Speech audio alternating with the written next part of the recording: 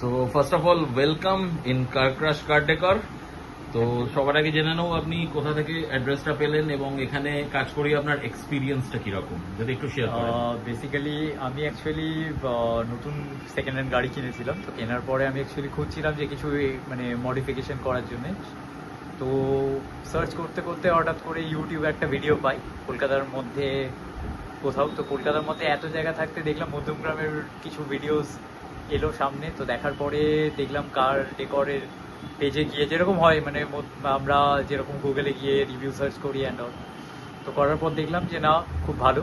এবং আসার পর আমি নিজের গাড়িতে কিছু কাজ করানোর পরে লিটারেলি আমি সত্যি খুব ভালো লেগেছে। এবং মানে দাদা এবং ম্যাডামের ব্যবহার তো খুবই অত্যন্ত ভালো এবং সব কিছু খুবভাবে হেল্পফুলি ওনারা গাইড করেছেন।